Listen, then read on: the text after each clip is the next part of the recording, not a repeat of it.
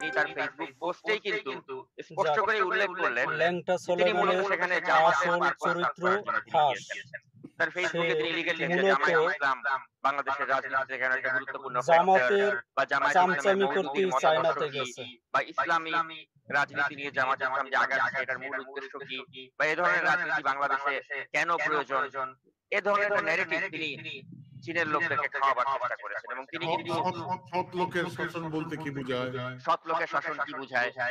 তো তিনি কিন্তু আসলে কোনো রাগ-ঢাক করেননি। পিনাকি ভট্টাচার্য কিন্তু তার ফেসবুকে ওপেন বলেই দিয়েছেন আসলে যে তিনি তার কোন এজেন্ডা নিয়ে, কোন দলের রাজনৈতিক পারপাস সার্ভ করার উদ্দেশ্যে তিনি চায়নাতে অবস্থান করছেন। তো এখন জামায়াতে ইসলামী যদি আমাদের রাজনীতিতে প্রকৃতপক্ষে যদি কোন শয়তানি বা কোন ধরনের কুটচালের আশ্রয় না নিত, তাহলে কিন্তু জামায়াতের পক্ষে পিনাকির রাইট। এই ধরনের ন্যারেটিভ তৈরি করাকে আমরা কিন্তু ভালো চোখেই দেখতাম।